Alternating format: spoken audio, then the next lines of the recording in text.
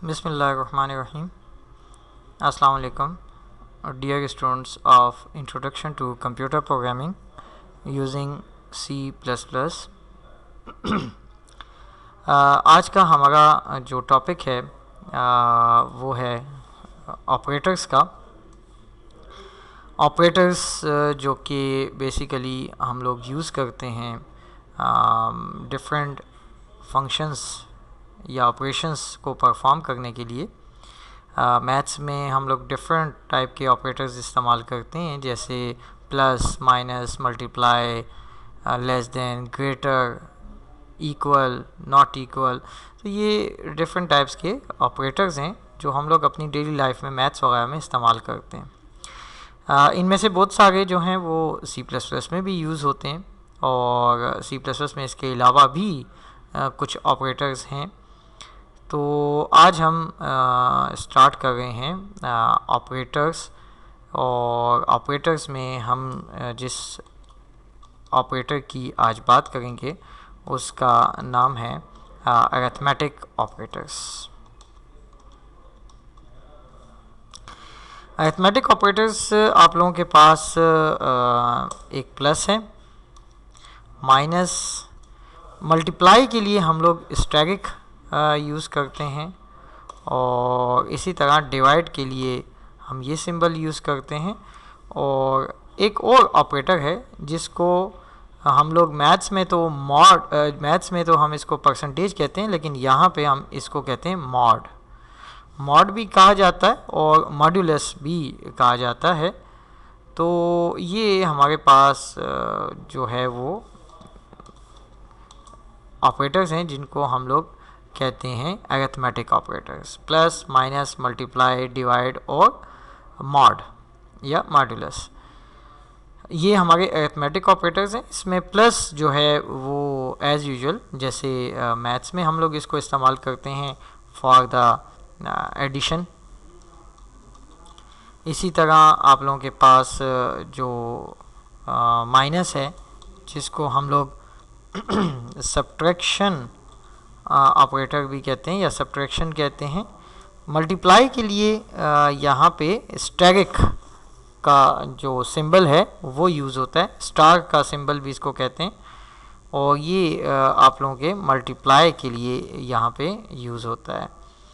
ये स्लैश जो है ये डिवाइड के लिए हम लोग यूज़ करते हैं, और ये जो है आप लोगों का लास्ट जिसको हम लोग मॉड्यूलस कहते हैं या मॉड। अच्छा, एडिशन, सब्ट्रैक्शन, मल्टीप्लाई, डिवाइड, ये तो आप लोगों को मैथ्स की चीज़ें हैं, पता होगा। मॉड्यूलस क्या होता है ये थोड़ा समझने वाली चीज़ है। इसको हम लोग रिमाइंडर भी कहते हैं। आप लोगों को अगर पता हो तो आप लोग जिस वक्त डिवाइड करते हो, ठीक है, तो जिस वक्त हम इसको डिवाइड करते हैं दो नंबर्स को, जैसे लेट सपोज मैं अगर डिवाइड करूं 5 को डिवाइड करूं लेट सपोज 3 पे, ठीक है, तो 5 को 3 पे हम डिवाइड करें तो डिवीज़न में जो रिज़ल्ट आता है डिवीज़न का, जिसे डिवाइड कहते हैं, और एक होता है जो बाकी बच जाता है। यानी आप लोग 5 को 3 पे डिवाइड करो तो 3 1 ज़ा 3, और आप लोगों के पास डिवीज़न में ऊपर 1 आ गया और नीचे जो है वो बाकी बच जाता है 2, यानी 5 में से 3 माइनस करते हैं तो 2। तो 5 मॉड 3 अगर हम करें तो इसका रिज़ल्ट आएगा हमारे पास 2। यानी ये मॉड्यूलस जो है it is basically the reminder, जो हम लोग डिवाइड करने के बाद जो बाकी बच जाता है, जिसको हम मैथ्स में रिमाइंडर कहते हैं या बाकी बच जाना कहते हैं। तो ये हमारे पास जो है वो मॉड्यूलस उस रिमाइंडर को हमें कैलकुलेट करके देता है।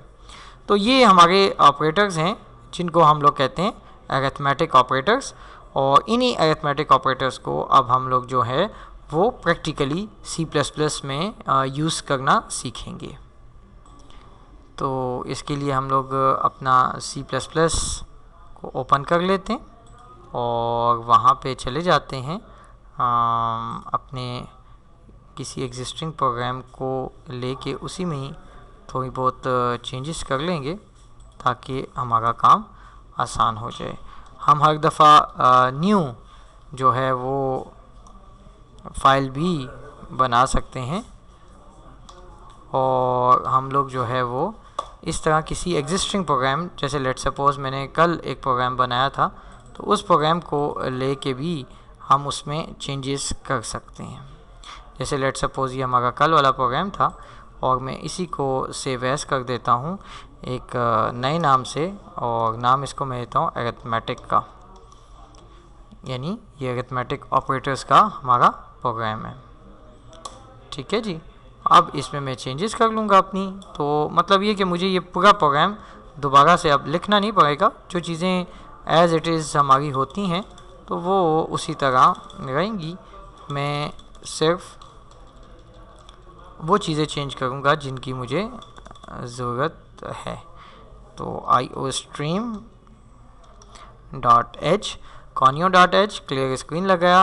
अब हमने चूँकि एडिशन करनी है, हमने दो वेरिएबल्स ले लिए। तीसरा वेरिएबल जो है वो रिज़ल्ट के लिए मैंने लिया है। लेट सपोज़ मैं कहता हूँ cout और मैं कहता हूँ कि एंटर टू वैल्यूज़। ठीक है जी। तो अब हम दो वैल्यूज़ देंगे इन के ज़रिए। इन के ज़रिए हम दो वैल्यूज़ a और b। ठीक है, ये हमसे दो वैल्यूज़ मांगेगा। अब हम c is equal to a plus b कर देंगे। ठीक है जी। तो रिज़ल्ट के लिए हम लोग लिखेंगे cout और sum इज़ इक्वल टू, और c में हमारा सम है तो ये दिखा देगा। मैं इसको करता हूँ कंट्रोल F9, चेक कर लेते हैं। ये हमसे दो वैल्यूज़ मांग रहा है, मैं इसको देता हूँ 4 और मैं इसको दूसरी वैल्यू देता हूँ 6, तो ये उनका प्लस करके बता देगा 10। इसी तरह लेट सपोज़ मैं जो है वो इन्हीं दो वैल्यूज़ पे बाकी अरिथमेटिक ऑपरेटर्स जो हैं वो भी परफॉर्म करना चाहता हूँ, यानी एडिशन, सब्ट्रैक्शन और सब। ठीक है, तो मैं ज़रा आसानी के लिए इसका नाम रख लेता हूँ सम के लिए SM, सब्ट्रैक्ट के लिए SB, मल्टीप्लाई के लिए मैं ले लेता हूँ M, और डिवाइड के लिए मैं ले लेता हूँ D, और मॉड के लिए मैं ले लेता हूँ M। ठीक है जी। अब मैं यहाँ पे सम के लिए a प्लस बी, इसी तरह सब्ट्रैक्शन के लिए मैंने लिया हुआ है SM, सब्ट्रैक्शन के लिए मैंने लिया है SB, और यहाँ पे मैं लिखूँगा a माइनस b, और इसी तरह M फॉर मैंने मल्टीप्लाई लिया हुआ है, a मल्टीप्लाई b, और इसी तरह डिवाइड के लिए मैंने लिया था D, तो मैं लिख दूंगा यहाँ पे a डिवाइड b, और यहाँ पे मैं ले लूँगा मॉड के लिए M, तो equal to a mod b। ठीक है जी। अब इनको डिस्प्ले भी करवाना है, तो डिस्प्ले के लिए मैं जो है वो यही वाली जो है वो कॉपी कर लूँगा स्टेटमेंट।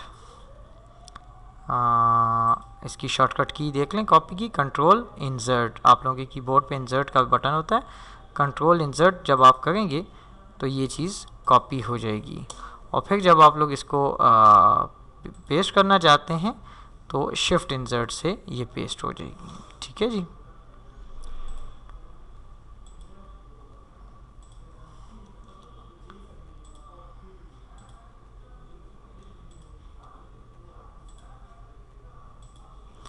अच्छा जी, सम के बाद जो है वो सब्ट्रैक्शन है,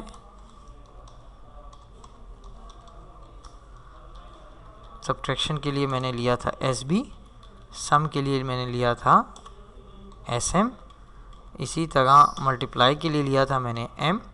मैं यहाँ पे लिख भी दूंगा मल्टीप्लाई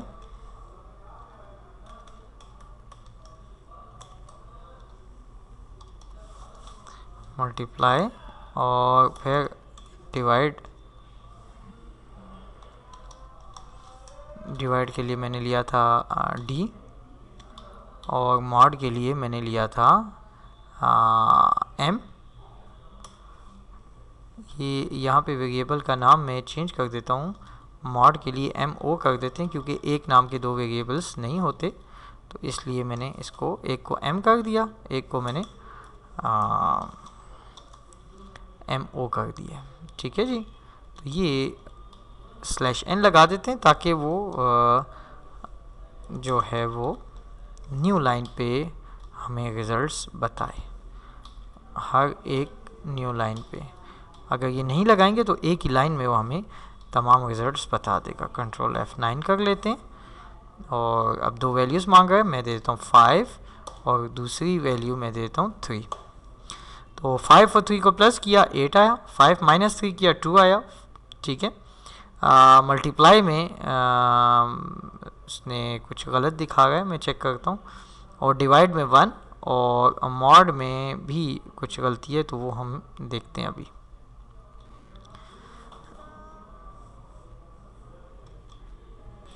तो यहाँ पे हमने वेरिएबल को चेंज नहीं किया था,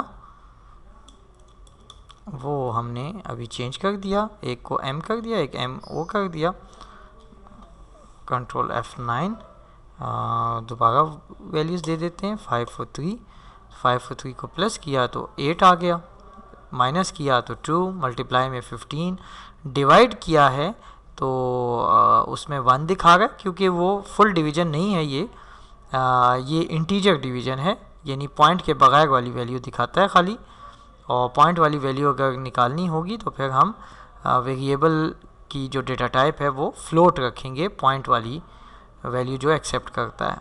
तो चूँकि हमने इंटीजर ली हुई है तो इसलिए वो 1 दिखा रहा है।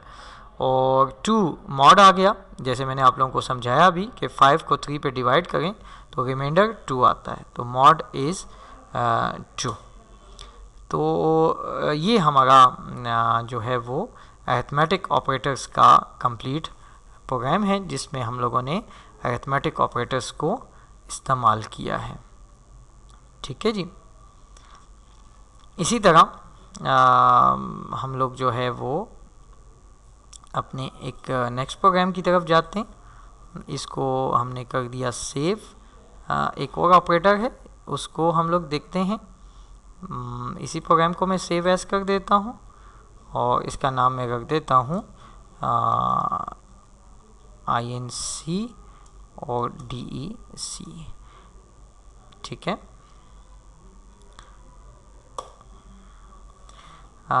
ये बेसिकली जो अभी हम ऑपरेटर करने वाले हैं इनका नाम है इंक्रीमेंट और डिक्रीमेंट।